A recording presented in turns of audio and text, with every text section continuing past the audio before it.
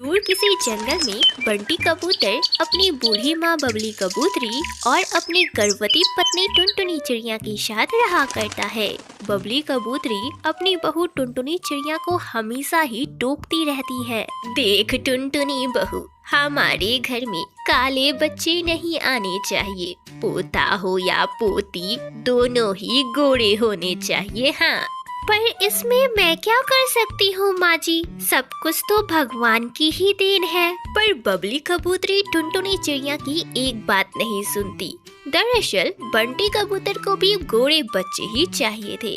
कुछ दिनों बाद ही टुनटुनी चिड़िया ने दो जुड़वा बेटियों को जन्म दिया, एक गोरी तो एक काली। काली चिड़िया को देखकर बंटी कबूतर गुस्से से आग बबूला हो गया। अरे ये क्या, तुमने काली चिड़िया को क्यों जन्म दिया? नहीं नहीं, ये मेरी बेटी बिल्कुल नहीं हो सकती। मेरी बेटी तो ये गोरी वाली है और आज से इसका नाम है चिंकी। और हाँ, ये काली वाली मेरी बेटी नहीं है, इससे कभी भी मेरी बेटी मत बोलना। गोरी बेटी का नाम प्यार से चिंकी रखा गया, पर काली बेटी का नाम रखा ही नहीं गया। सभी लोग उसे बस काली काली ही बुलाया करते और उसका नाम काली पड़ गया। एक दिन टुनटुनी चिड़िया अपनी दोनों बेटियों को दूध पिला रही थी। उसे दूध पिलाता देख बबली कबूतरी कहती है, अरे दूध पिलाने से क्या तेरी काली बेटी गोरी हो जाएगी? इसे ज्यादा दूध मत पिला। पर माँ जी, ये भी तो मेरी बेटी है। क्या फायदा ऐसी बेटी को दूध पिलाने से जो काली हो? मेरी चिंकी को दूध पिलाओ ज्यादा से ज्यादा। इतना बोलकर बंटी कबूतर ने काली चिड़िया को धक्का दे दिया। काली चिड़िया नीचे गिर गई और जोर जोर से रोने लगी। इस तरह कई महीने बीत गए। अब काली चिड़िया और चिंकी चिड़िया दोनों ही बड़ी हो गई थी। एक दिन जंगल की टीचर पिंकी चिड़िया बंटी कबूतर के घर आई। बंटी जी, अपनी बेटियों को स्कूल भेजा करिए। आजकल बेटियों का पढ़ना लिखना बहुत जरूरी है। हाँ मैडम, पर आपके स्कूल का फीस बहुत ज्यादा है। बंटी जी, फीस तो ज्यादा रहेगा ही। इतना अच्छा इंग्लिश मीडियम स्कूल जो है। बंटी कबूतर ने सिर्फ अपनी बेटी चिंकी चिड़िया का दाखिला उस स्कूल में करा दिया। चिंकी खुश हो गई। वहीं दूसरी तरफ काली चिड़िया बहुत दुखी हुई और रोते रोते अपने पिता से बोली, मुझे स्कूल में भर्ती नहीं कराएंगे पिताजी। मैं भी पढ़ना चाहती हूँ। यह सुनकर चिंकी ने कहा, तू क्या करेगी पढ़कर? तू तो काली है, काली, बिल्कुल नौकरानी की तरह दिखती है।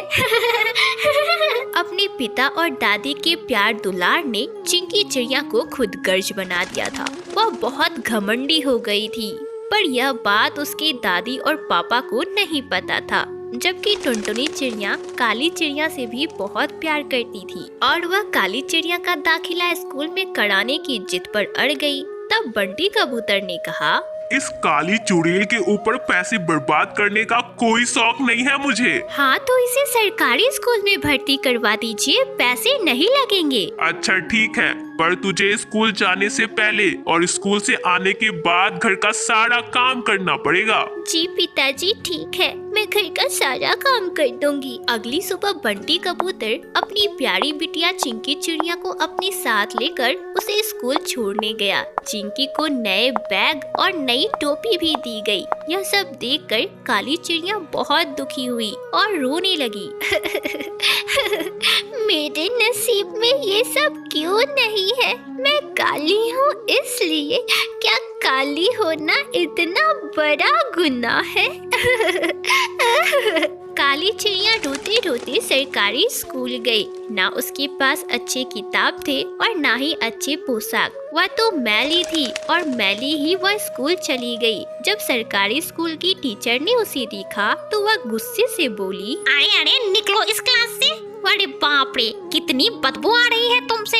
अरे कितनी मैली हो तुम, पता नहीं माँ बाप कैसे भेज देते हैं। अगले दिन से तुम साफ सुथरी आना, नहीं तो क्लास के अंदर नहीं आने दूंगी। काली चिड़िया चुपचाप टीचर की बातें सुनती रही और क्लास के बाहर ही बैठकर पूरी पढ़ाई करती गई। इधर चिंकी चिड़िया को सारी सुविधा मिलने के बावजूद भी वह पढ़ाई नहीं किया करती, बल्कि वह तो क्लास में गप्पे लड़ाया करती। और यह सब देखकर पिंकी चिड़िया भी उसे कुछ न कहती। हाँ, कोई पढ़ाई करे या ना करे, मुझे उससे क्या, मुझे तो सिर्फ पैसे मिलने से मतलब है। स्कूल से घर आकर चिंकी चिड़िया ने बंटी कबूतर का फोन लिया और उसमें गेम खेलने लगी और इधर काली स्कूल से घर आकर घर के कामों में लग गई। उसे परेशान करने के लिए चिंकी चिड़िया ने एक फूलदानी नीचे गिरा दिया और फूलदानी टूट गई। फिर क्या था, बंटी कबूतर गुस्से से आग बबूला हो गया और काली चिड़िया को पीटने लगा। कम वक्त कलमुही, एक काम ढंग से नहीं कर सकती है तू, ये ले। हाँ बेटा, और मार इसे। इस काली कलूटी को मार मार कर इसके होश ठिकाने ला और मार इसे। सभी मिलकर उस बेचारी काली चिड़िया को मारने लगे। इस सब में टुनटुनी चिड़िया कुछ नहीं कर सकती थी क्योंकि उसका घर पर कुछ ज्यादा वश नहीं चलता था। मारपीट करने के बाद भी बंटी कबूतर ने काली चिड़िया को घर से बाहर निकाल दिया। काली चिड़िया बहुत रोई और यह सब देखकर चिंकी चिड़िया बहुत खुश हुई। बहुत अच्छा हुआ तेरे साथ। ऐसा क्यों किया मेरे साथ? फूलदानी तो तूने गिराई थी ना। पर इस बात पर कोई यकीन नहीं करेगा।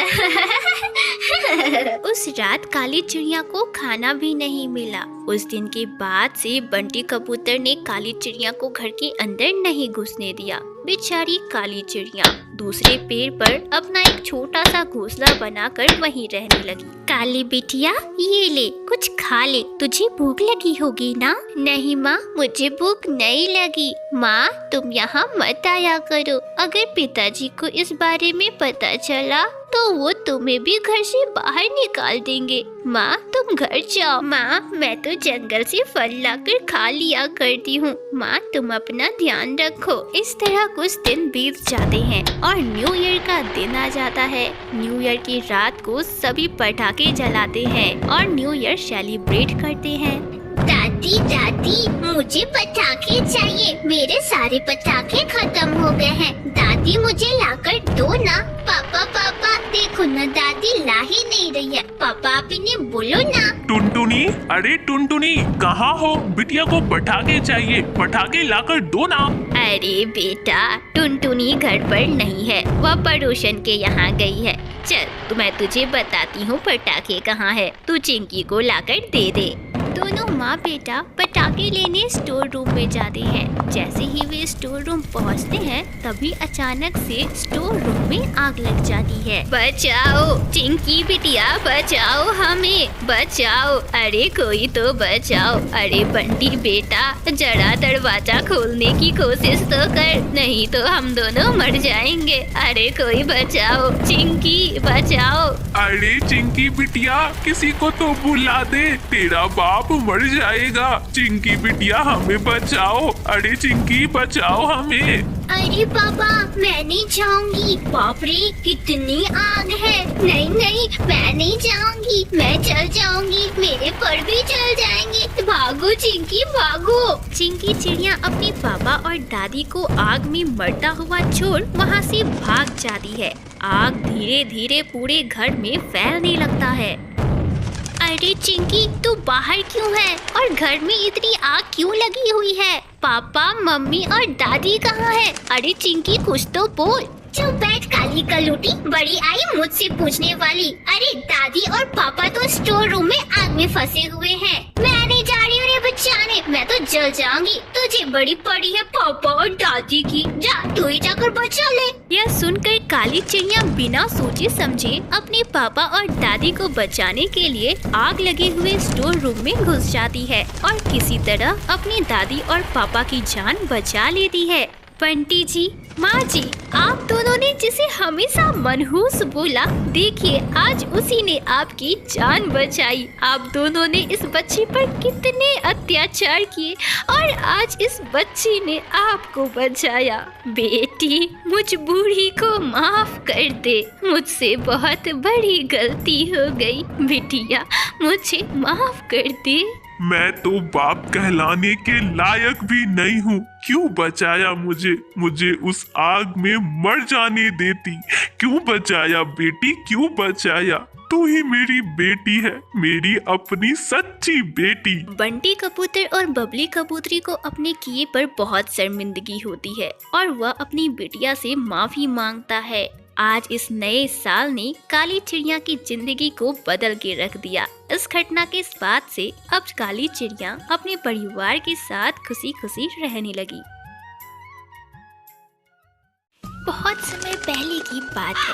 एक बहुत ही घना और सुंदर सा जंगल था, जहाँ कई तरह के पक्षी रहा करते थे। मॉनसून की शुरुआत हो चुकी थी। सभी पक्षी बहुत डरे हुए थे, क्योंकि उन्होंने अभी तक अपना घर तैयार नहीं किया था। उसी जंगल में टुनटुनी नाम की एक चिड़िया अपनी बेटी चुनमुन चिड़िया के साथ रहा करती थी। माँ, बारिश की शुरुआत हो चुकी है। आप कब हमारा घर तैयार करने वाली हो? हाँ बिटिया, पर मैं क्या करूँ? मैं रोजाना ही जंगल में लकड़ियों की तलाश में जाती हूँ, पर मुझे एक भी लकड़ी नहीं मिलती। लगता है इस बारिश में हमें ऐसे ही रहना पड़ेगा, बिना घर के। माँ, आज मैंने ना मीठी तोती आंटी को दूसरे जंगल लकड़ियाँ लेने के लिए जाती हुई देखा है। माँ, आप भी वहाँ क्यों नहीं जाती? क्या पता आपको वहाँ लकड़ियाँ मिल जाए। ठीक है चुनमुन बिटिया, अगर तू कहती है तो उस जंगल में भी जाकर देख लेती हूँ, क्या पता मिल जाए। इतना बोलकर टुनटुनी चिड़िया लकड़ियों की तलाश में दूसरी जंगल की ओर निकल पड़ती है। वहीं दूसरी तरफ एक डाल पर बैठा कालू कौवा भी इसी बारे में ही सोच रहा था। ओहो, मैंने बहुत आराम कर लिया। अरे बारिश का मौसम आ गया है। अगर मैंने जल्दी किसी घर की बंदोबस्त नहीं की ना, तो मैं तो इस बारिश में डाल डाल भटकता ही रहूंगा और भीगता रहूंगा। ना बाबा ना, जल्दी से लकड़ियाँ ढूंढ लेता हूँ, नहीं तो सारे पक्षी लकड़ियाँ ले जाएंगे और मैं ऐसे ही बैठा रह जाऊंगा। उधर मीठी तोती जंगल में पहुंचकर लकड़ी ढूंढने लगती है। इस बार तो मुझे एक बहुत ही मोटी लकड़ी ढूंढनी पड़ेगी। उस बार जो मैंने घर बनाया था, कितनी बारिश हुई थी और मेरा मजबूत सा घर टूट गया था। ना बाबा ना, इस बार तो मैं वह गलती नहीं करूंगी। इस बार तो मैं और भी अधिक मजबूत घर बनाऊंगी। मीठी तोती अभी लकड़ियाँ ढूंढ ही रही थी कि तभी उसी जंगल में बहुत सारी लकड़ियाँ मिलती है। अरे वाह, ये लकड़ियाँ तो बहुत अच्छी हैं और कितनी मजबूत है। इन लकड़ियों से बनाया हुआ घर कितना मजबूत होगा। वाह वाह वाह, चलो इसे उठाकर जल्दी से घर ले जाती हूँ और एक अच्छा सा घर बनाती हूँ। मीठी तोती उन सारी लकड़ियों को उठाकर अपने घर ले जाती है। तभी रास्ते में उसे टुनटुनी चिड़िया मिलती है। टुनटुनी को देखकर मीठी तोती उससे कहती है, अरे टुनटुनी चिड़िया, तुम यहाँ? क्या तुम लकड़ियाँ ढूंढने जा रही हो? हाँ मीठी बहन, मैं तो लकड़ियाँ ही ढूंढने जा रही थी। तुम्हें तो पता है ना कि बरसात का मौसम सर पर है और घर बनाना कितना जरूरी है। हाँ टुनटुनी चिड़िया, मुझे पता है, तभी तो मैं लकड़ियाँ लेकर जा रही हूँ। इससे एक बहुत ही अच्छा सा घर बनाऊंगी। अब जल्दी जाओ, वहाँ बहुत सारी लकड़ियाँ पड़ी है, कहीं ऐसा ना हो कोई और ही लेकर चला जाए। जाओ जाओ जल्दी जाओ। हाँ मीठी बहन, तुम सही कह रही हो। चलो अब मैं चलती हूँ। इतना बोलकर टुनटुनी चिड़िया जंगल की ओर निकल पड़ती है और मीठी तोती अपने घर की तरफ। मीठी तोती तो तुरंत ही घर पहुंचकर अपने लिए एक बहुत ही सुंदर और मजबूत घर बना लेती है और फिर चिंता मुक्त हो जाती है। चलो, मेरा घर तो बनकर तैयार हो गया। अब मुझे बरसात की कोई चिंता नहीं, बस बाकी पक्षियों का घर भी समय से बन जाए। उधर बेचारी टुनटुनी चिड़िया भी जंगल में लकड़ियाँ ढूंढने लगती है। तभी पीछे से कालू कौवा भी आ जाता है। दोनों लकड़ियाँ ढूंढने लग जाते हैं। तभी अचानक से टुनटुनी चिड़िया की नजर बहुत सारी लकड़ियों पर पड़ती है। अरे वाह, मुझे भी लकड़ियाँ मिल गई। चलो अब जल्दी से इसे चुनमुन के पास लेकर जाती हूँ और दोनों के लिए एक सुंदर सा घर बनाती हूँ। तभी कालू कौवे की नजर भी उन लकड़ियों पर पड़ती है। अरे इस टुनटुनी चिड़िया को भी लकड़ियाँ मिल गई, एक मुझे ही नहीं मिली। अब मैं इस बरसात में कैसे रहूंगा? नहीं नहीं, इन लकड़ियों पर सिर्फ मेरा हक है। इस टुनटुनी को तो मैं यह लकड़ी छूने तक नहीं दूंगा। इतना बोलकर कालू कौवा जल्दी से टुनटुनी चिड़िया के पास जाता है और उसे धमकाते हुए कहता है, अरे ओ टुनटुनी की बच्ची, जल्दी से इन लकड़ियों को छोड़। ये लकड़ियाँ मेरे हैं, पहले मेरे इस पर नजर गई थी। जल्दी छोड़, अगर तूने लकड़ियाँ नहीं दी ना मेरी, तो देखना मैं तुझे मार मार कर अधमरा कर दूंगा। अरे कालू भैया, आप ये कैसी बातें बोल रहे हो? पहले मेरी इस पर नजर गई थी। ये लकड़ियाँ मेरी है, आपकी नहीं। अच्छा तो तू ऐसे नहीं मानेगी। देख टुनटुनी, मैं तुझे प्यार से समझा रहा हूँ। देख मेरे पास कितनी बड़ी कुल्हाड़ी है, इसी से मैं तुझे काट कर रख दूंगा। छोड़ दे मेरी लकड़ियों को और यहाँ से चली जा। नहीं नहीं कालू भैया, ऐसा ना करो। मेरी एक प्यारी सी चुनमुन सी बेटी है।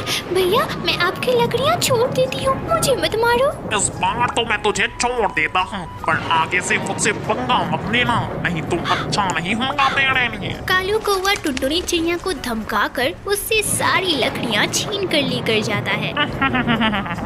अरे वाह, आज तो मजा ही आ गया। मुझे मेहनत भी नहीं करनी पड़ी और लकड़ियाँ भी मिल गई। उस टुनटुनी की बच्ची को तो मैंने अच्छा सबक सिखाया है। अब तुमसे इसी जंगल में रहना पड़ेगा और लकड़ियाँ ढूंढना पड़ेगा। अब मैं क्या करूं? मेरी सारी लकड़ियां तो वो बदमाश कालू कौवा लेकर चला गया। अब मैं अपना घर कैसे बनाऊंगी? टुनटुनी चिड़िया बहुत उदास हो गई। वह पूरे जंगल में लकड़ियां ढूंढती रही, पर उसे कहीं भी एक भी लकड़ी नहीं मिली। वह उदास मन से अपनी बेटी चुनमुन के पास लौट आई। क्या हुआ माँ, तुम लकड़ी लेकर नहीं आई? बिटिया बिटिया चुनमुन, मुझे लकड़ियाँ तो मिली थी, पर वह बदमाश कालू कौवा बीच में आ गया और वह मुझसे सारी लकड़ियाँ छीन कर चला गया। पर माँ, घर बनाने के लिए तो लकड़ियाँ बहुत जरूरी है। माँ तुम्हें पता है, आज जंगल के सभी पक्षी इसी बारे में बात कर रहे थे कि आज रात भारी वर्षा होने वाली है। माँ अब हम कहाँ जाएंगे और बारिश से कैसे बचेंगे माँ? पर चुनमुन बेटा, मैं क्या करूं? कहीं भी जंगल में लकड़ियां नहीं मिली। लकड़ियों के बिना हम घर कैसे बनाएंगे? टुनटुनी चिड़िया अभी इतना कह ही रही थी कि तभी अचानक से हल्की फुल्की बारिश होने लगती है, जिसे देखकर टुनटुनी चिड़िया घबरा जाती है। हे भगवान, अब मैं क्या करूं? मुझे कुछ न कुछ करना ही होगा। इस बारिश में हम दोनों माँ बेटी कहाँ जाएं? अभी तो हमारी कोई मदद भी नहीं करेगा। अब मैं क्या करूं? टुनटुनी चिड़िया एक बार फिर से जंगल में लकड़ियां ढूंढने गई, पर उसे कहीं भी लकड़ियां नहीं मिली। वह निराश होकर फिर से वापस आ गई और एक टूटी फूटी घोंसले में अपनी बेटी को लेकर किसी तरह थी। दूसरी तरफ बारिश भी बहुत तेजी से हो रही थी, जिसकी वजह से टुनटुनी चिड़िया ने अपनी बच्ची को अपने पंखों से जकड़ लिया था और खुद भीग रही थी। पूरी रात भीगने की वजह से टुनटुनी चिड़िया की तबीयत बिगड़ जाती है। माँ तुम्हें तो बहुत तेज बुखार है, चलो माँ डॉक्टर से दिखा देती हूँ। माँ चलो। चुनमुन चिड़िया किसी तरह अपनी माँ टुनटुनी को जगाती है और किसी तरह उसे डॉक्टर बुलबुल के पास लेकर जाती है। डॉक्टर बुलबुल का घर एक बहुत बड़े सेब से बना हुआ था। डॉक्टर आंटी, मेरी माँ की तबीयत बहुत खराब है, उन्हें तेज बुखार है। देखो ना डॉक्टर आंटी, माँ जग भी नहीं पा रही अच्छे से। डॉक्टर बुलबुल टुनटुनी चिड़िया का चेकअप करती है और कुछ दिनों तक उसे अपने घर में ही रख लेती है। कुछ दिनों बाद टुनटुनी चिड़िया पूरी तरह से ठीक हो जाती है। तब डॉक्टर बुलबुल टुनटुनी से कहती है, टुनटुनी तुम्हारे पास रहने के लिए घर नहीं है, ये लो, ये एक जादुई पानी है। इसे तुम किसी भी फल पर डाल दोगी तो वह फल बहुत बड़ा हो जाएगा और फिर उसके अंदर तुम घर बनाकर रह सकती हो। मुझे पता है जंगल में लकड़ियों की कमी है, इसलिए तुम्हें घोंसला बनाने में दिक्कत हो रही है। डॉक्टर बुलबुल, आपका बहुत बहुत शुक्रिया कि आपने मुझ जैसी गरीब चिड़िया की मदद की। इतना बोलकर टुनटुनी चिड़िया अपनी बच्ची को अपने साथ लेकर एक फल की वृक्ष की तलाश में निकल पड़ती है। थोड़ी दूर जाने पर उसे एक बहुत बड़ा अनार का पेड़ दिखाई देता है। वह उसमें से एक अनार तोड़ देती है और डॉक्टर बुलबुल के दिए हुए पानी को उस पर डाल देती है। पानी डालते ही वह अनार बहुत बड़ा हो जाता है। अरे माँ, डॉक्टर बुलबुल ने तो बिल्कुल सही कहा था। ये देखो, यह अनार कितना बड़ा हो गया। अब हम माँ इस अनार में ही अपना घर बनाकर रहेंगे। हाँ चुनमुन बिटिया, तूने बिल्कुल सही कहा। चलो अब इस विशाल अनार से अपना प्यारा सा घर बनाते हैं। दोनों माँ बेटी चिड़िया मिलकर उस विशाल अनार में एक प्यारा सा घर बनाती है और खुशी खुशी उस अनार घर में रहने लगती है।